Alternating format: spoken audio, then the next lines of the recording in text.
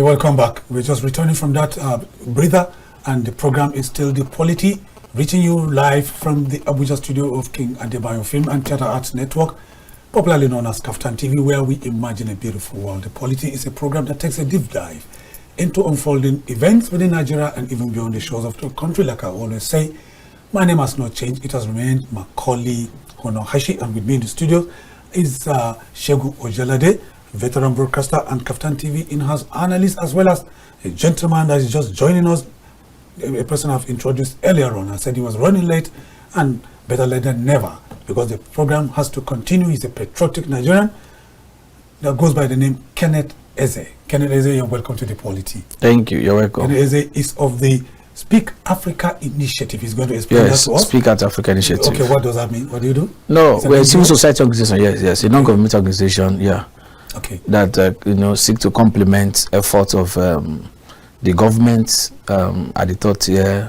the state, subnational, the federal. Okay. Of course, so we're non-government organizations with a particular interest in pushing for necessary reforms in the educational sectors. Beautiful. Thank you. Thank God you mentioned educational sector. Something very, very fundamental happened and quite phenomenal too. Yes. Let's start from a broader perspective. Then we'll now zero down to educational sector. That's right. As Shegun Ojelade, earlier, he laid the foundation for precisely on the 29th day of May 2029. That's in about 3 days' time. This government is going to be celebrating 2 years in office. Looking at the journey so far, what would you say? Is it so far so good? Thank you. Of course. Generally speaking. For me, I will give my assessments based on some key performance indicators. Okay.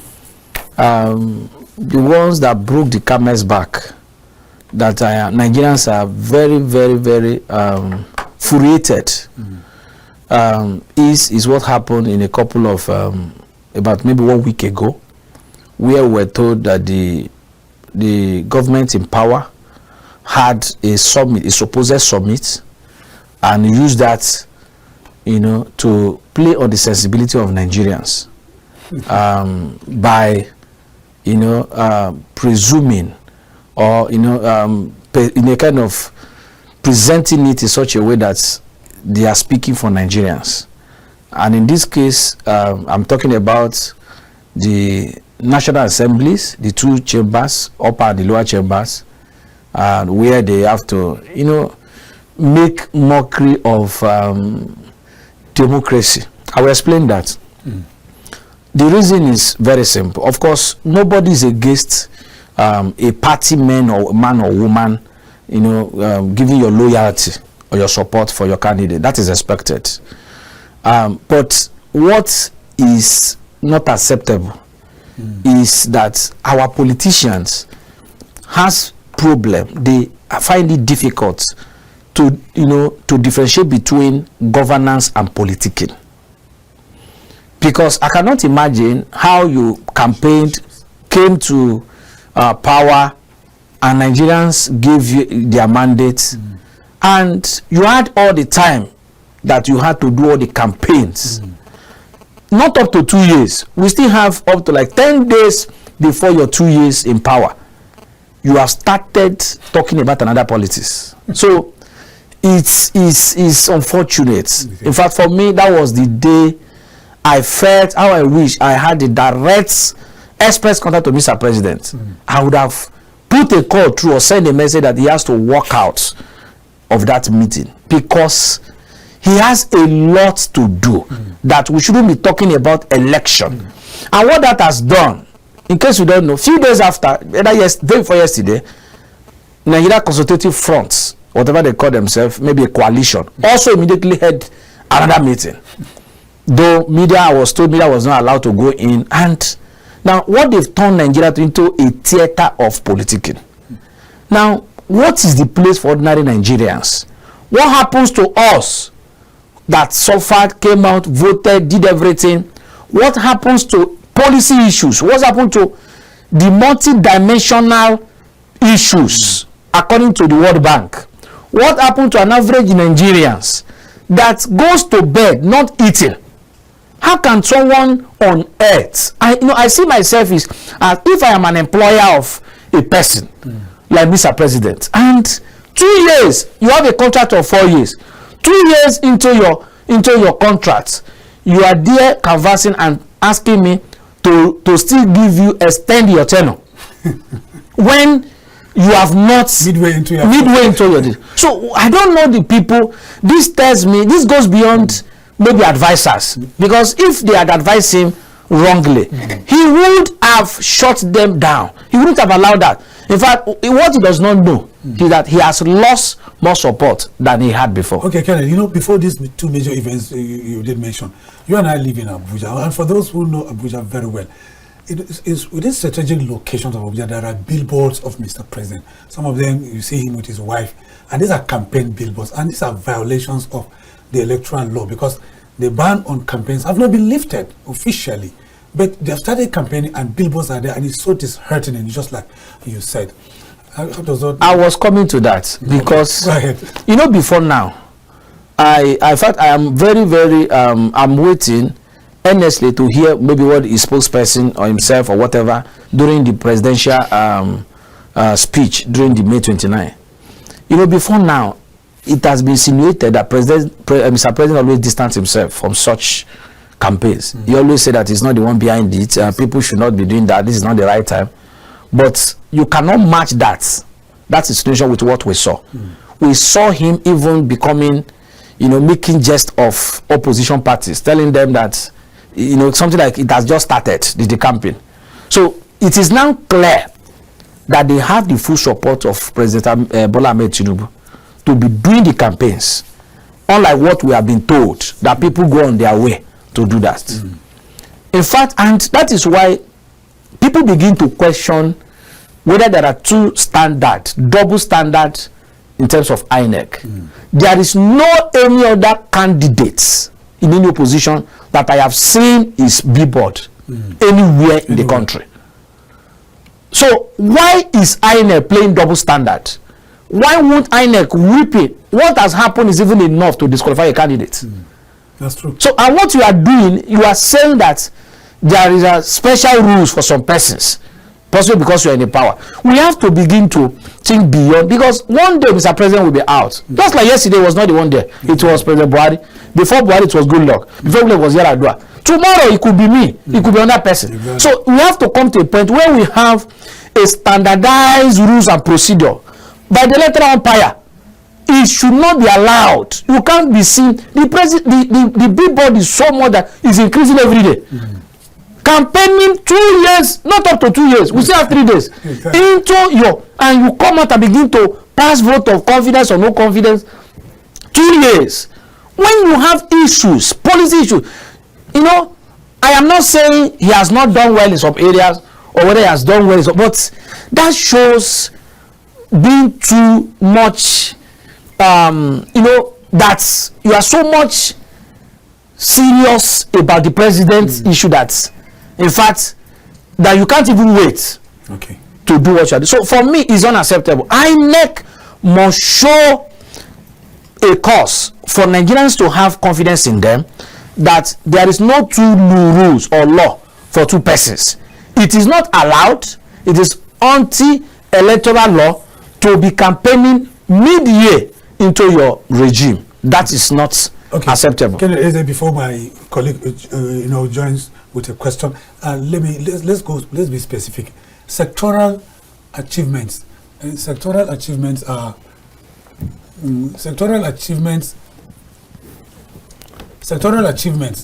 are the aggregates put together, to determine achievements of any government in terms of provisions of expectations of good governance. And one of them is the educational sector. And we know what has been happening in the educational sector for decades.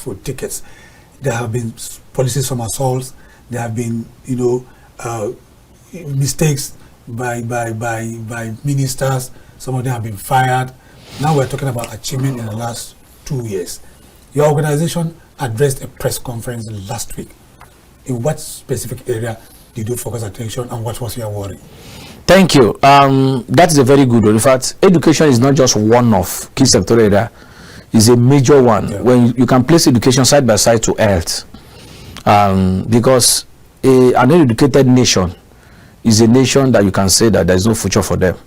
Mr. President or whoever is where he is today, and myself and we that we are here because of the little level of education that we gathered.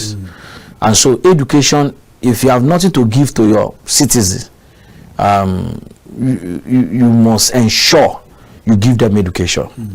And like you have said, that is why a few days ago we had addressed a press briefing, and the key action is commencing on June 1, where we are embarking on a 30-day education activism campaign across 36 states of Nigeria and the FCT. You said June 1? And June 1, June 1, few days from now. And the purpose is very simple, to push for a reform in the education sector, in particular in the JAMB, Joint Admission and Matriculation Board. JAMB, because we have all seen the mess that we found ourselves from May 9 to today. It started even during the exam, during the April. First was the time that JAMB had to fix exam, that almost that some people were, still sleepy while they were standing. I had the opportunity of taking an in-law of mine to one of the centers in Abuja. It was so early that I said, why would JAMB cease here? Why? What is the issue? And of course, people were saying, okay, maybe there were other persons and the number of persons. Before we started seeing centers being marked by a lot of things, outages of power, compromising, and we saw that it was not what people were thinking, that the standard was going down. People were having access to using AI, which in some days now we now got the reports.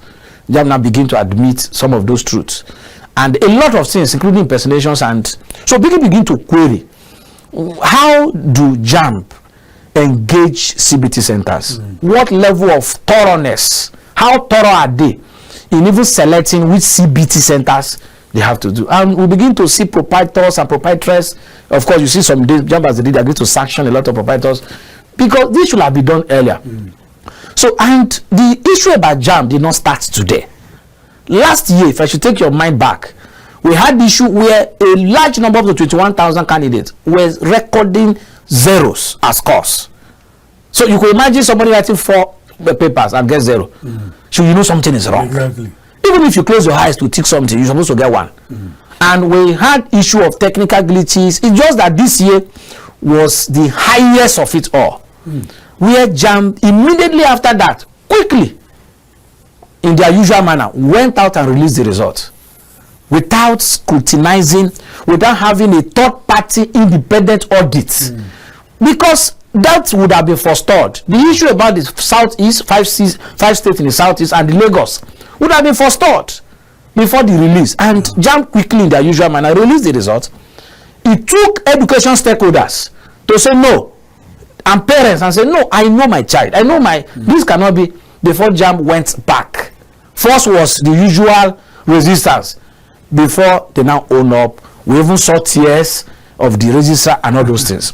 And so there are a lot of issues that has bedeviled our education system, and we cannot take jeopardizing the future of our young ones. The nation is depending on these young children. 20-30 years to come, some of the people you are seeing today will no longer be on the face of this earth. So the Nigeria you will hear is the Nigeria of these people you are about to mar. So, and we are saying we can no longer tolerate repeating the same thing, expecting to get different results. And what we are saying is beyond whoever is at the MFA of JAMB. It's not about the person, it's about the institution. So we are more concerned about the systemic overhaul, pushing for necessary reforms that is going to put JAMB on a very better pedestal. For example, there is an issue that's still in that line. Last year, about 40,000 students did not receive their had issue with JAMB. They said they were underaged. And what do they call underaged? You talk about policy somersault. The time of President Muhammadu Buhari, the minister then, Malam Adamu from Bauchi State, they said that you have to be 18 years before you can get admission. And that happened. JAMB collected money from students who were not 18 years. They wrote exam. Their result was withheld. After a while, about 40,000. After a while, this result was withheld. They went to court, in Federal High Court in Delta State. Court gave an injunction and said this is against fundamental human rights. The basic thing any nation, everybody have access to. You see health, you see education. You cannot deny no one that. And Federal High Court says that JAMB must release that result and do the needful, and you can no longer do that. Now, what JAMB did, as we speak, is that instead of JAMB to abide by that injunction, JAMB went and appealed. Is JAMB really for the future of the children? Now, you collected money from people, they were underaged. They wrote exam, they were underaged. Now to release their results, they are not underaged. They are now underaged. So you now see break of contracts because the moment JAMB collected money from underage students, they have entered into a contract. That's right. And nobody writes exam without expecting to see his results. To now release the result, that is an issue. As we speak today, JAMB is challenging it at the Court of Appeal. What are you challenging exactly? Now that happened this year. Now because I'm giving us the background of how rotten the system. No, I thought not last year. No, that was last year. Okay. Now I'm now talking of the UTME of the 2025, the bigger mess that we are into. So let me ask, why didn't you do activism last year over that one? No, it's already in the court. We're being, that's why I'm giving you that. It's already in the court. You know, when the matter is in the courts, okay, we are told to restrain because we believe in the judiciary. Yes. Now, as we speak today, the 2025 own now, the one that is at hand. Yes. Do you know the bigger mess? Do you know that the result that was released, these underage people again, where their results were seized, withheld? That was the word JAMB used. As we speak, we're not even talking about that. Now, as that happened, it was in the wake of this mess that is going on. The board, there's a committee that is now set up, led by the Vice Chancellor of National Open University, who they now advise JAMB. What I'm telling you is within 1 to 2 weeks now, they now advise JAMB and told JAMB, please, in order to compensate the mess that's already on, please go ahead and release. Do you know, as we speak, since results was released, the people they call underaged, they've not seen their results. So they have to release it on Sunday, as we speak now. On Sunday was when they released some results of the receipt candidates. You know, there were receipts candidates, about 300 and something students. Where among them, 21,000 did not even show up till now.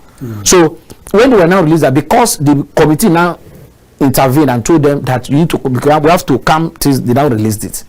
Now, not all of them, they release some. I don't know what the yardstick, how they do. Now, still in that line of political sub-assault, the time of President Bola Ahmed Tinubu, a new minister came in, Professor, the former Vice Chancellor of Base University from Adamawa. He came in, shifted his own. He said, no, I do not agree with 18. He brought his own to 17. Tell Maman. Are you seeing policy somersault? Now, at the 17, so now underage is no longer 18. According to the former minister, it is now 17. You can see how we are toiling with our children, the future of a nation. They now brought it to 17. So JAMB is now holding again whatever they are doing now, because these people are now up to 17. So you allow 17 again to buy a form. You allow 17 to pay. You allow 17 to write the exam. But 17 did not receive their results until 1 week or 2 weeks. Billions of naira, more than I think at the last 19 billion over so that they have made. Now that is where we are now. They now release on Sunday some. Now, not just that they release, you know what they did? JAMB now said that even though we are releasing this result, you cannot use it to gain admission. They now put a caveat. So you gave them result, but the result is useless. Now, what will happen now is that you will see universities that will now go ahead and admit those students because the result is tenable, is authentic, is original. Exactly. In fact, there are some universities advertising that those children should come. But you know the issue we have now is another issue is that as we speak, there's another case since last year. There were those that the university went ahead and gave admission because they have genuine results from JAMB. But JAMB, because when you get admission in the university system, The university has to write to JAMB to confirm, authenticate your result, your admission. JAMB refused to authenticate it. Now, that's another implosion. These people are in the university, their parents are spending money, but JAMB has not yet authenticated their JAMB admission. And it's not like they have fake. This is genuine. Especially in the private universities. So now, policy somehow. Now, the question is, why will a nation commit the future of our children into an office like ministerial office, which is just an appointment of? I can be a minister tomorrow. You can, few minutes from now, they can announce me as minister of. Why not? It doesn't mean anything. These are political. These are for people who have, you know, it doesn't mean special. So why will you make such matter? So what if I come tomorrow and I say that you have to be 22, if not you're underage, as a minister of education? Because we've seen one that say 18 and that one say 17. Maybe tomorrow another one will say 20, or somebody can even say it's 15. So the issue like that should not be put in the hand of a minister who is just an appointee of the president, who can be biased, who can be maybe part of maybe experience he had. He can call somebody like me that I wrote JAMB 3 times. I never see any of my results for 3 times. It's withheld until the 4th one. So because of that, I can come up and put one policy and tell you that if you're not 25, don't even come here. So we are saying it should be legislated. Let's open our telephone line because this program was initially, originally rather, created for Nigerians to be availed the opportunity of a platform where they can always call in to cross-fertilize ideas as well as ventilate their feelings with regards to programs of government policies and projects being designed for the well-being of the entire populace in the country. So the telephone line is right there on the screen. You can see it. Please start calling in as usual to make the program interactive, incisive, and conversational. Kenneth Eze of Speak Africa Initiative is here to break it down for all of us.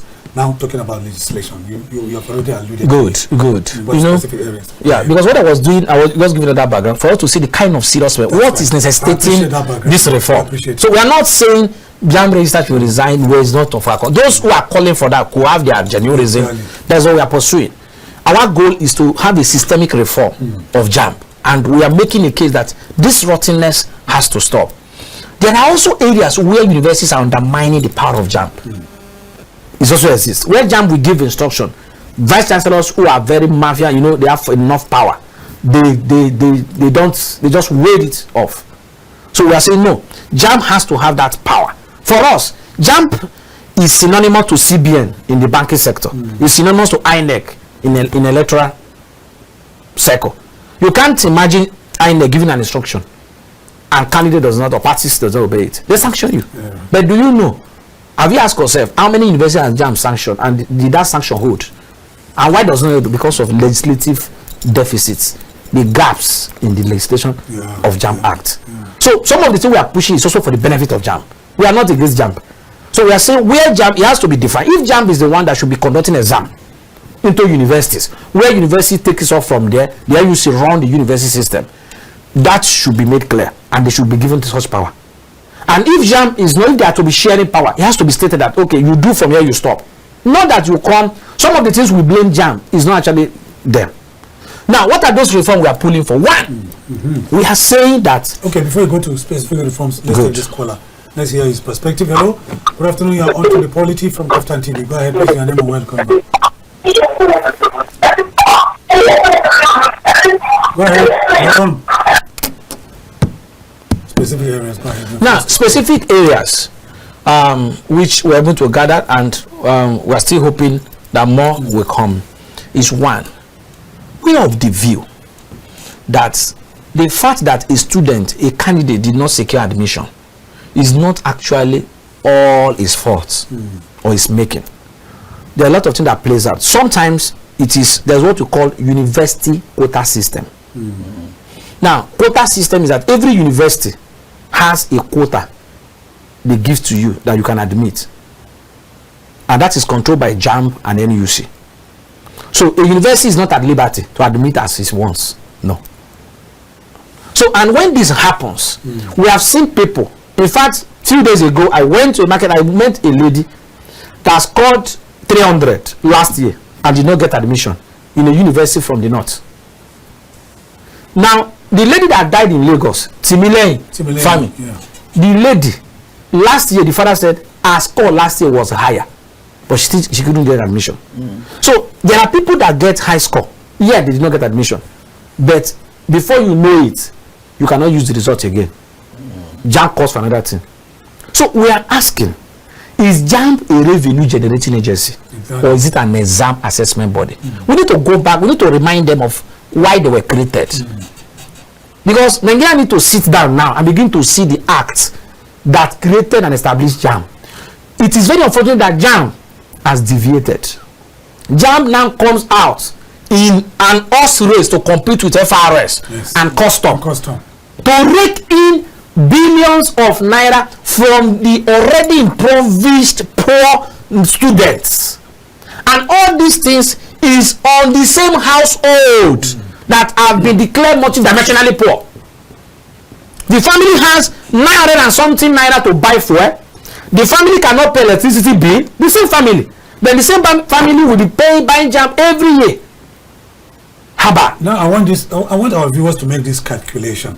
How much did they sell the form for? How much was it? 7,000. 7,200. Well, it's about 7,200. How many students sat for the exam? About 1.9 million plus. Okay, let's put it at 1.9. Or let's say 1.9 million Nigerians sat for JAMB. Hey, viewers, do the calculation over there. Aside the direct entry, just put it at 7,000 naira. 7,000 naira multiply 7,000 naira times 1.9 million Nigerians, and call and tell us how much you got. You know, you can now understand and have an idea of how much JAMB raked in this year alone. We're not talking about previous years and decades after.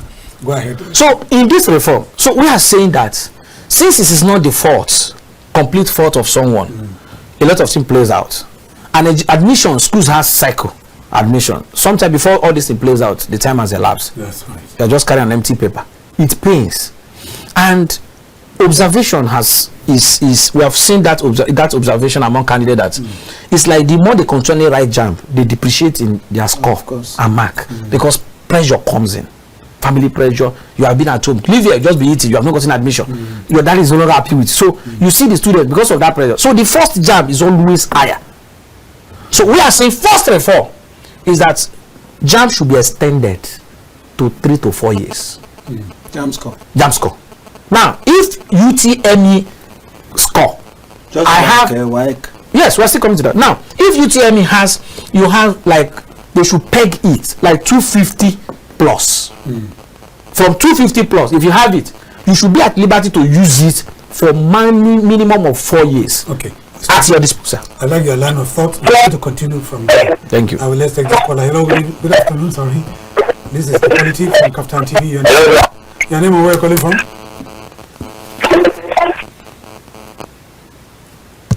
The lines are bad. You know, we're going to invite you one day to talk about telecommunications because we pay so much tariff and services remain poor in this country. And I've always talked about this. And they are not sanctioned. They are not sanctioned. They are not sanctioned. Exactly. That is why it's continuing. So go ahead. So we are saying that UTME validity, University Tertiary Matriculation Examination validity, should be up to from 3 to 4 years. Not a yearly expiration anymore.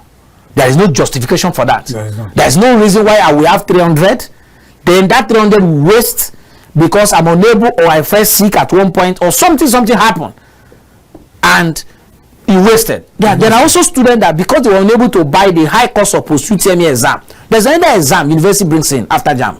Some university call it post-UTME. Yes. And it's even higher than JAMB, the amount. Some schools. Some people cannot pay that. Some people could not travel within that period. 1 or 2 things happen and your JAMB is wasted.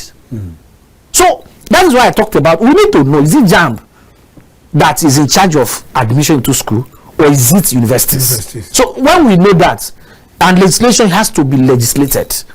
So JAMB validity, UTME validity rather, should be extended to 4 years. And we have a very solid ground to make this case. All over the world, according to best global standard, similar exams to JAMB, none of them expires in 1 year. 1, TOEFL, TOEFL is test of English as a foreign language. Yes. Minimum is 2 years. 2 years. Two for TOEFL. We have another one called IELTS, International English Language Testing System. The minimum is 2 years. It's 2 years. Nigerians are writing this, they can attest to it. My children wrote them. We have another one they call SAT. SAT is the twin brother to JAM in US. Exactly. Scholastic Aptitude Test. You know SAT? He expires 5 years. 5 years, yeah. And that's the one I know. Yeah. Then we have another one called GRE, Graduate Record Exam. 5 years. I can mention them. GMAT. No exam internationally. Is it that we like suffering our people? We don't like ourselves. So when will somebody be subject to yearly rituals that has nothing? Is anything changing from last exam and this exam? What has changed? So what happened to the 300? The chaos. The chaos, except that. So it's just a bit. So we are saying UTME validity should be changed. And the good thing about that is that we know that cannot be done by JAM. It has to be done from the National Assembly. Can I tell you that we have a bill already in the National Assembly? It started from last year. The bill has gone to second reading before the 9th National Assembly under the President Chief of Staff to the President, before they couldn't pass it and they went down for politicking for the 2023 election. As we speak today, we are asking that the 10th Assembly should resurrect the bill, move it to the 3rd bill immediately and pass it. No, it has to start all over again. Oh, okay. So we are prevailing on national. So part of our activity for the 30 days is to be engaged with the National Assembly leadership. So that has to be done. The second thing we are asking also for a reform is that we are talking about there should be a dedicated, a standardized redress mechanism for candidates. Okay. Now, some of the things that makes people to give up for depression, some take suicide, take their life, is that they feel they cannot be held. There is no avenue. If a lady who believes that, a candidate who believes that the result I have is not mine, it has been compromised, and I have a redress mechanism, the first thing we think of, let me exhaust that wicked. And that mechanism is not cumbersome. You don't need a senator to talk on your behalf. You move direct. We're not talking of the one you need a senator. This one is the one you have direct. He will first exhaust that medium before he can resort to the other one. So we are saying that if in election we have INEC, if a candidate that contests for election feels cheated, feels unduly treated, he has a redress mechanism. He approaches the court. Do you ask yourself, what do our children, what mechanism do they exhaust when they feel cheated in a jam? Their father going to social media. Nothing. So why are we treating them that way? So why is that? So we're asking for, there should be a legislation, a dedicated, JAM is binded, hotline, engagement, where people, I should have an opportunity to say, no, this is not mine, even if you have to remark. That's what you call, you can remark somebody's paper. If they have this mechanism, that will it will solve a larger percentage of our problem. Number 3 is a very critical one. Okay. JAM should integrate mental health kits for the registrants. Now, what is happening now, we may not have foresaw this earlier, but what is happening now, the way these young ones, they are fragile. They don't have that capacity to absorb shock like some of us or you. I wrote JAM 3 times, it was the first one. If they try it now, if your child write JAM now, write second one, that is it. Okay, let's take this caller. Hello, you're going to continue on that. That's the third reform. Please go ahead, your name. We have lost the caller. This is what I keep talking about. Oh, sorry. So the third one. So a mental health kit should be incorporated. They should now see a need for that. We need to care for the mental well-being. We should understand that these are our teenagers. They spend most of their times on social media. They are fed with a lot of things. Fantasies, so many things. So the way they respond to crisis is not the way other persons, the adults, does. So now we need to have a mental health kit where at the point of registration, the JAM has mock exam. They do it before the exam to give you how the exam is going to look like. So people should have access to it as they give them syllabus, give them things. There should mental health, it should be incorporated into that syllabus to take some basic things about this.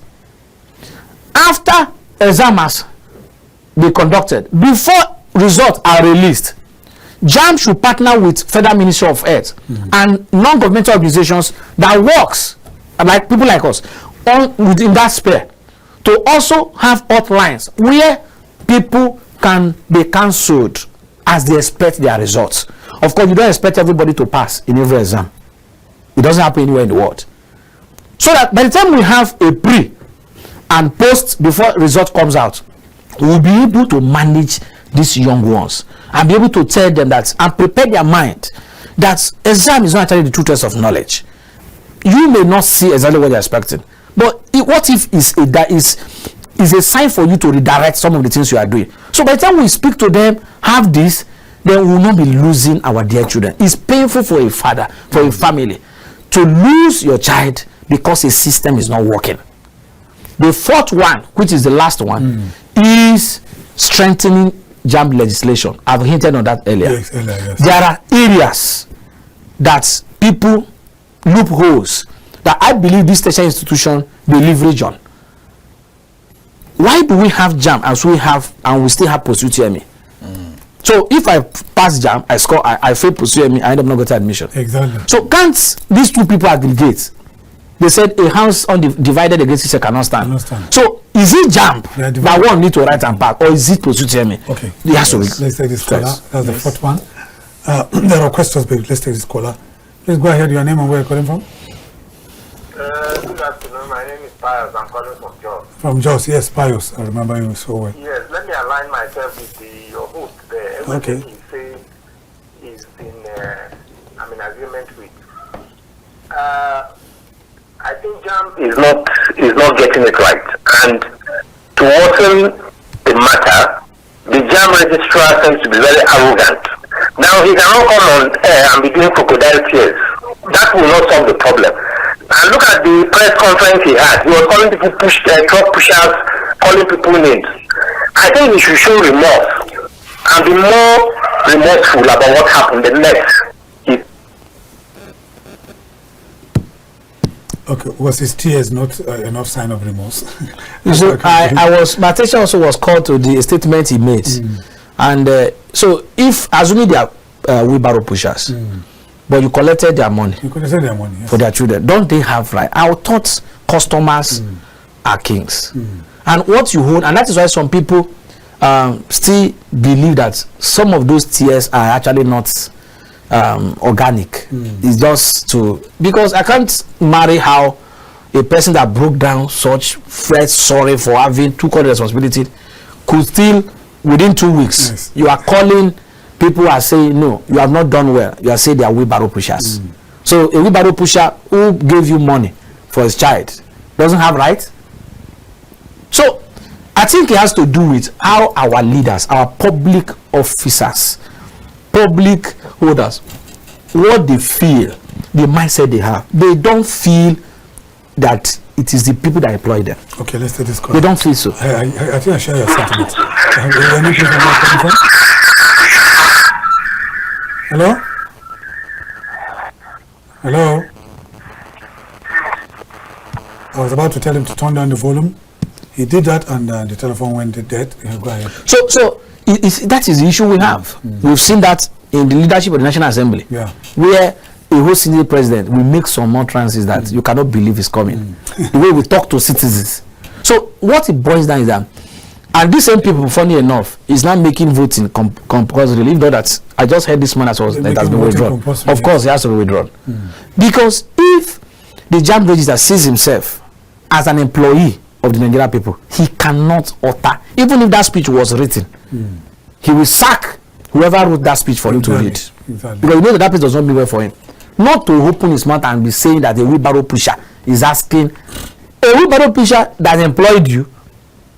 If you are seeing yourself that you are employed by Nigerian people, you are not the one. You are accountable to them. You know, and this is a professor. When you are graduating from the university, you graduate, and you know, on the graduation day they will say, in character and in learning. No, so the professor. No, anyway, we are not discussing the person of the person, the institution. But the institution does not exist. The fact remains that the prof should not have said that. I think he owed Nigeria apology for that statement. For that, he should not have said that. And you know that in the university, professors are far more than, vice chancellors are far more than kings. And this is a former vice chancellor. Yeah, former vice chancellor, and he's even vice chancellor emeritus, if there is anything like that. So I don't think the man feels that. Probably he feels he's talking to some of his students. So is could there be a slip up? Well, it could be as a result of mindset just over the years. Maybe the thing just. Then you Nigeria apology. But I like I said, we're not discussing him here. Yeah. We are discussing the institution. The institution of JAMB. Yeah. When he first paid some money into the federation account, about 3 billion plus. I was alarmed. That JAMB? Where did he get the money from? And the government was praising him. From money you collected from people we call Kolakoshagbe, the poorest of the poor, who struggle to pay their children's JAMB fees. And then you now return that kind of money back to government. To government. What is that? So if you know that the money you are collecting from them will remain, you have reduced it. Why is JAMB 1,000? JAMB is not supposed to be a profit making agency, revenue, or you are competing with the customs, those who are chasing smugglers. We are not criminals, just trying to struggle to send our children to school, and you are milking us. It's not right. So it speaks in that area, I agree with your activism. Yeah. The only area that I feel you have not mentioned is the fact that over 220 perpetrators, cyber criminals, were arrested. 20 people. 20 of them. Yeah. By the DSS. JAMB was, maybe they probably made some errors, or they had some oversight. They were not diligent enough in how they recruit the CBT centers, or probably some of the principals of the various schools. Some of them are corrupt individuals. That's what they said. Or they are involved in sharp practices. They must have compromised some of the systems of JAMB. Now at a larger scale, probably when they did it in the previous years at a very low scale, the effect did not show. I to have a child, my brother's daughter, who got 260 last JAMB, not this one. We couldn't get admission for her. You see what I say? The lady wrote the thing again this year. She got 261. Oh. We are now struggling again to see how we quickly put her in one of these universities. Now, what I'm saying is that, what role are you thinking about the role of those 20 and many more that were not caught in compromising the system? It's not only JAMB system. We have some smart Alex compromising in this country. Probably they were the one that played the smart one on INEC during our various elections. So what aspect are you thinking of the sharp practices by some crooked individuals in compromising the system of JAMB? Okay, thank you. Very, very good. Your concern is very germane. And so it's just that we didn't go into some technical aspects of what needs to be done. So when we say reform, is when we go into the details of reform. Now, those ones are the things that JAMB itself need to do. So because there were things JAMB did now, which I mentioned earlier, which currently the Vice Chancellor of National Open University, a professor, is the one anchoring that led the committee. JAMB even has to even bring NGO in, which unlike what they didn't do before.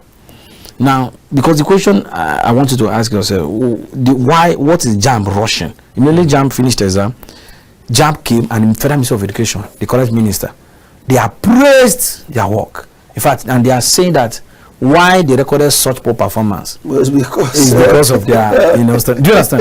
what does that tell you? So he took education stakeholder, in particular, Educare. There's a guy, Educare. So there are Paul, I know. There are people you know, you can't, no, this cannot be their results. And when it happened consistently, a zone that has been doing well, suddenly, you now begin to release some results. So what happened? You just suddenly changed? So that did not, you ask yourself, was there a meeting? Because suppose there should be a meeting to ratify any results before it is released. Did JAMB do our homework before they rushed to release the results? It took intervention of stakeholders before we are even here. Those are even the heroes that JAMB need to award and celebrate later. Because this would have just been that mess. Now, when it comes to that, when you go technical, there are some findings they found out. There were things JAMB supposed to do before election. They did not do it in so many zones before exam. They didn't do it. Even in INEC, before election, you will hear that they will move down to states, across states, to recalibrate those servers. There were a lot of servers that JAMB did not work on before exams. There are also some technical findings that a server in Lagos was the one serving the Southeast. I didn't want to go into technical details that created loophole for even whatever 20 people that now went in. Which there are also, so there are a lot of technical issues, gaps.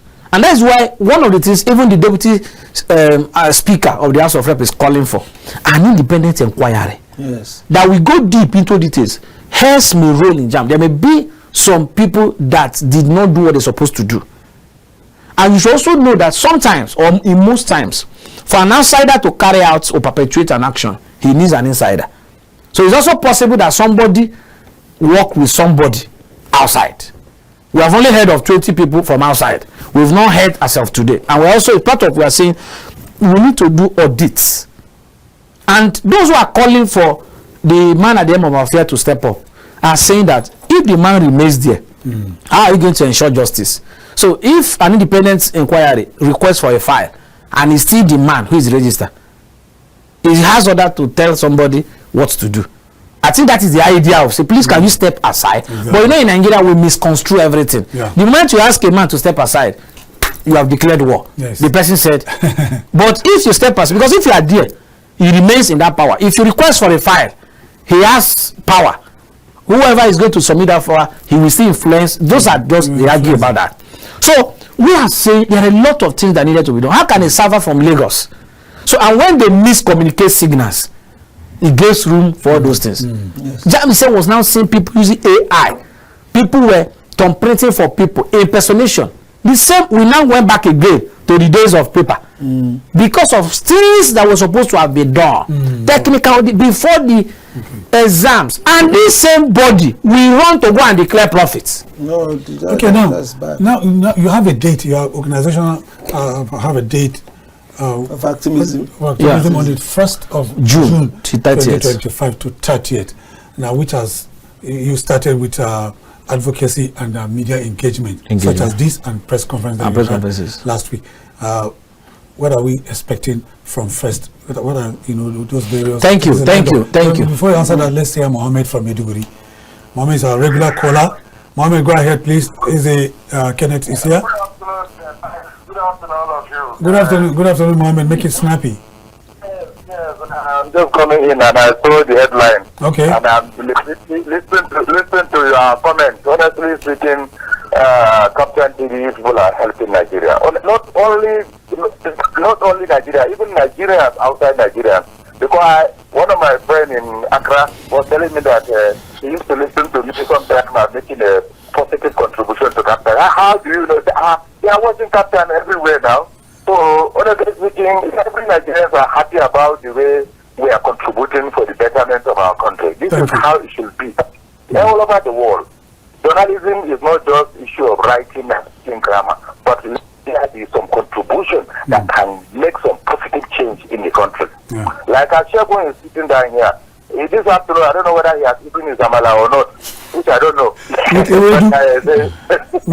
Macauley has promised me after the program. Go ahead, Mohammed. He's coming to Maiduguri very soon. Any moment. Go ahead, Mohammed. Okay. So, just apart. Yeah. Issue of Nigeria. We all know where problems lie, and we know where the solution is.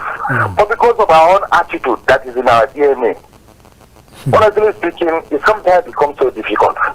Once you know this man is doing wrong thing, he will start gathering support from the other angle. And because I'm a house man, because I'm a TV man, this, that, all sorts of things will now come up. And people will not find out what's true about that issue. They now give unnecessary support and airing to an issue that is not actually it is.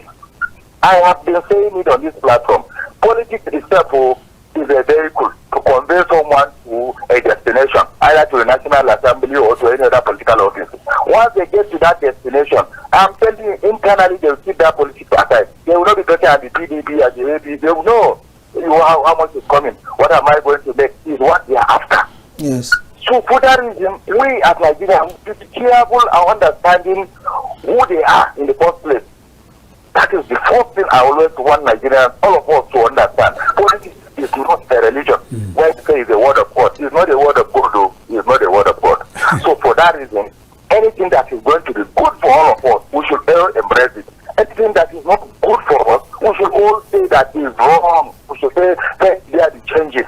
Thank you. President Tinubu may have a good intention, but how are we going to implement those good intentions? This is where the question lies. The people that are going to carry it responsibly for the betterment of the people without considering their own personal interest. This is where we are all having the difficulties. I have said it previously. Last Salah, we cry. They should pay salary of federal government workers and their pensions. They refuse to do it. All of the federal government workers were crying. Shegun, please, this responsibility is on you. You have the means of communicating. Even if it means to talk to Madam Tinubu, tell her Nigerians are angry about what happened in that Salah. Okay. And we don't want it to be repeated. To repeat itself, yes. And Salah is a few days away. The voted for president and cannot be able to shout at those directors of our town. They're sitting inside the air condition because they get so much money. They don't know what is happening. There are many workers that they must get salary and their pension before they implement one thing or the other. Yes.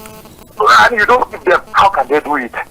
I agree with you. It's not a problem of president. Because as a leader, definitely we all have to subscribe to the leader. But he has a duty. I say, look, I have had this story. I don't want to repeat it. If you repeat it, I will start you. Okay. Tell me what they will not do it. Thank you, Mohammed. We don't have enough time. Any policy, let me conclude. Let me conclude. 1 second. Any policy that is not going to be helpful to us, we should all cry out and let it be stopped. If it means to change it, we should change it. No development can move without the insiders. And no trouble will come without the insiders. Boko Haram use our local people who don't know anything. Somebody will be speaking Arabic. They think is the Imam. Whereas the man is not even a Muslim, for example. They don't know because they don't have the knowledge of it. Use ordinary, innocent people, push them forward, and then cause more havoc. We shouldn't allow it. This is the mistake happening in Sudan right now.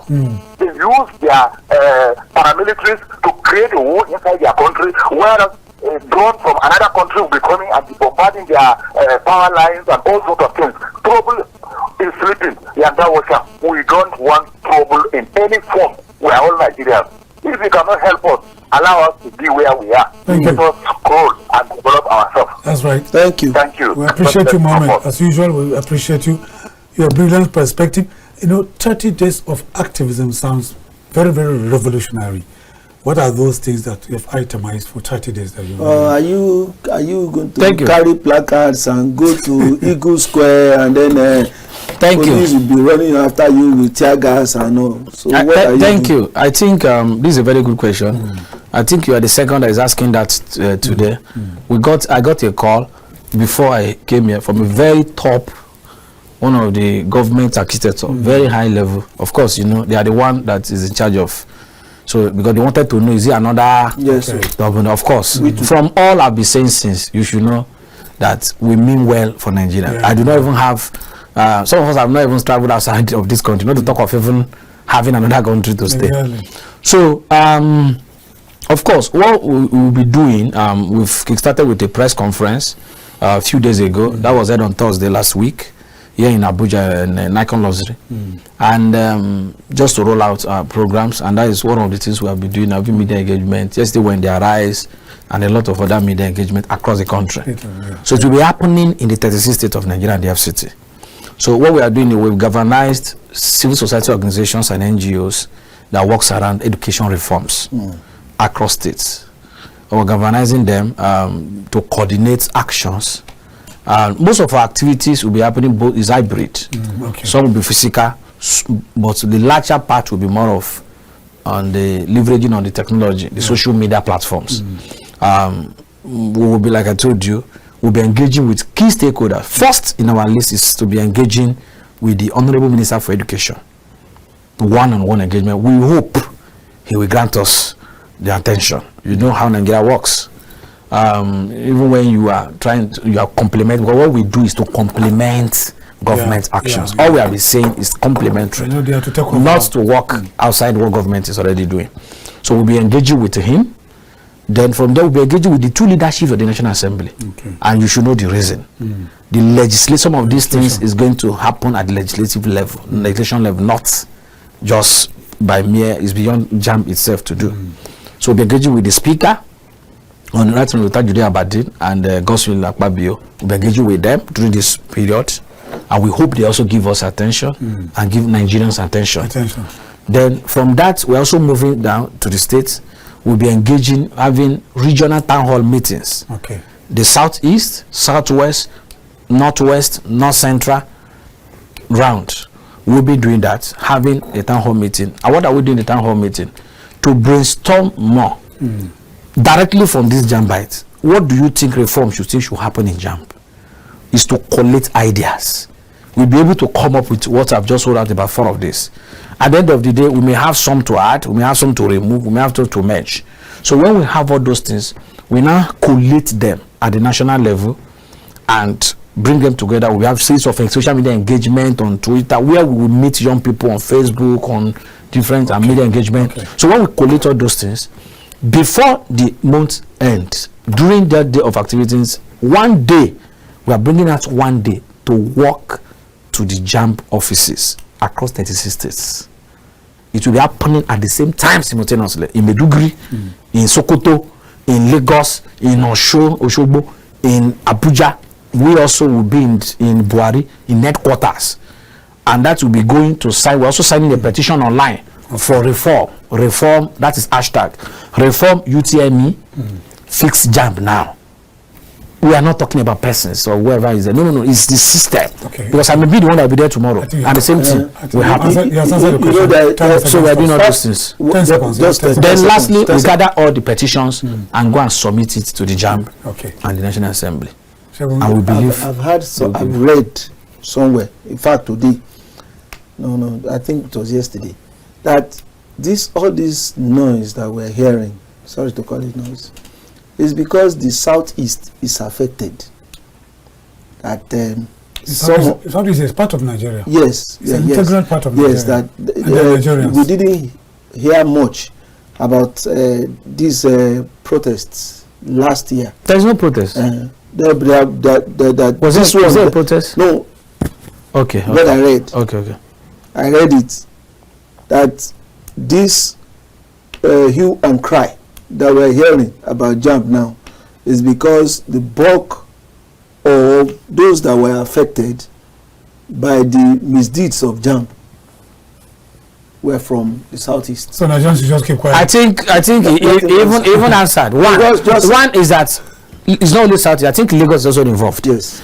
That's number one, Southwest. Number two is that if this has happened to any part of the country, you would have seen its representative, because those House of Rep caucus, maybe that's what they are talking about, are representing people. Yeah, exactly. So, and these are the people whose results where some did not even say anything, some is below. They are the one that met and said, please go on. And the caucus said, they are even calling for a cancellation of that to have a written, and they are saying the man should say that, which in an ordinary, in the same climb, when something of even lesser magnitude happened, The man on his own steps aside. He doesn't even need anybody to tell him to step aside. He has been there. This is the second tenure. Exactly. He has nothing much to do.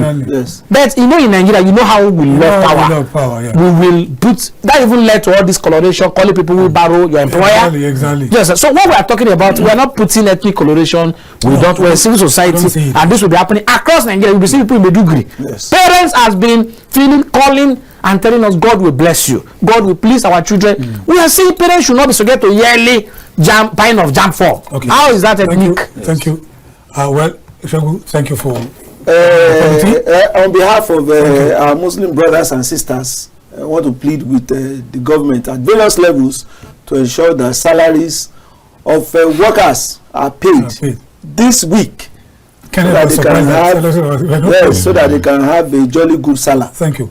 And last thing also, my last part is that please, 10 seconds. Those that their result has been are still held, those they call underaged, you collected money from them, they should release their result and remove that caveat. Okay. We on our part, we will not mind to ensure that whether legally, constitutionally, to approach court again, that those people they release now, they put a caveat that they cannot get admission, the university are bound to admit them if they are qualified. Okay, and if they delay releasing their results, even if the cycle of admission has elapsed, the courts will mandate the university, because so nobody should be denied education because of their age.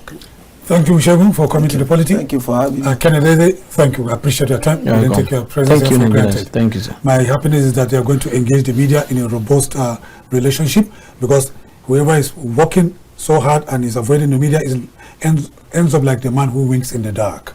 So use the media so effectively to gain massive media visibility. Thanks for watching. My name is Macauley. Bye-bye. See you next time.